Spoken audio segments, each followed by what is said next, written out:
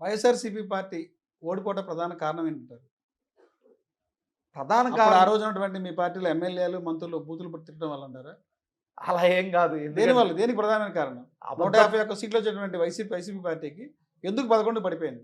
ఇప్పుడు మేము ఓటమి కారణం ఏంటంటారు? వై నాట్ 175 అన్నారు. నా ఇప్పుడు ఎస్సీ, నా బీసీ అన్నారు. ఏమైపోయారు నా ఎస్సీ, నా బీసీ అంటే? ఇప్పుడు మీరు గమనిస్తే గత ఎలక్షన్ ప్రత్యక్షంగా 3 పార్టీలు, పరోక్షంగా 3 పార్టీలు పోటీ చేస్తే వాళ్ళకు వచ్చిన ఓట్ షేర్ అంతా వైసీపీ ఓడిపోవడం ప్రధాన కారణం ఏంటి? సీట్లు చూడొద్దు. వైసీపీ ఓడిపోవడానికి గతంలో ప్రధాన కారణం ఇదే ఏంటి? ఇదే జనసేన అధ్యక్షుడు 151 పవన్ కళ్యాణ్ సీట్ల నుంచి 11 సీట్లు పడిపోవడానికి కారణం ఏంటి? పవన్ కళ్యాణ్ గారి గతంలో ఎమ్మెల్యే కూడా కాదన్నా, తన పార్టీలో గెలిచినటువంటి ఒక శాసనసభ్యుడు కూడా మా పార్టీలోకి వచ్చాడు. ఇప్పుడు డిప్యూటీ సీఎం కదా. డిప్యూటీ సీఎం ఏమన్నా మా దాంట్లో 5-6 చేశారు. డిప్యూటీ సీఎం అంటే మీ ప్రభుత్వం చేసిన డిప్యూటీ సీఎం లో 4 గీసుకుంటా కూడా పనిచేయదని అంటే చెప్పి ఇప్పుడు జనసేన నాయకులు చెప్తున్నారు. అంటే ఇప్పుడు పవన్ కళ్యాణ్ గారికి అధికారాలు ఏం లేవు, పేరుకే ఎస్సీ బీసీ మైనార్టీ అధికారం అంతా రెడ్డి లేకుండా చెప్తారు. అంటే ఇప్పుడు కాదు అదే అంటే ఇప్పుడు పవన్ కళ్యాణ్ గారికి ఇచ్చిన డిప్యూటీ సీఎం కూడా 4 గీసుకోవడానికి పనికిరాదా?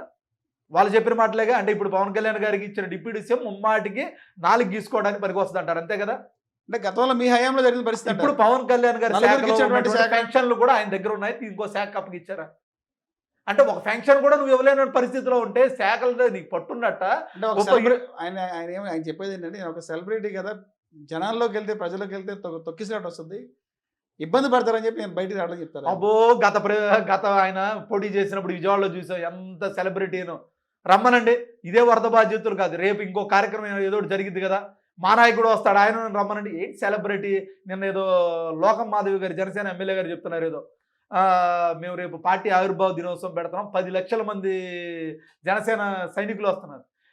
పవన్ కళ్యాణ్ గారు రాజకీయ జీవితం మొత్తంలో కూడా మీరు 10 లక్షల మందితో మీటింగ్ పెట్టే పరిస్థితి ఉండదు. అంటే 10 లక్షల మంది రారంటారా? ఏంటంటే ఎందుకు రారు? వస్తారు. ఆవిర్భావ సభకి ఎవరు? మీరు చేసినటువంటి తల్లికి వందనం ఇచ్చినటువంటి 15,000 ఇచ్చినటువంటి ఎంతమంది ఉంటే వాళ్ళు వస్తారు. జన సైనికులు వేరే మహిళలు అంతా లేరంటారు. పార్టీ కేడర్ లేదు ఆంధ్రప్రదేశ్ లో జనసేనకి. కేడరా? అవునవును, వాళ్ళు 10 లక్షల మంది కాదు కదా.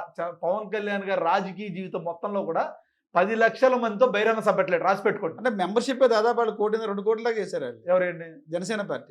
దాని ఉంది. అధికారంలో ఉన్నప్పుడు ఎవరేం చేస్తారండి? ప్రతిపక్షంలో ఉన్నప్పుడు కదా చేయాల్సింది.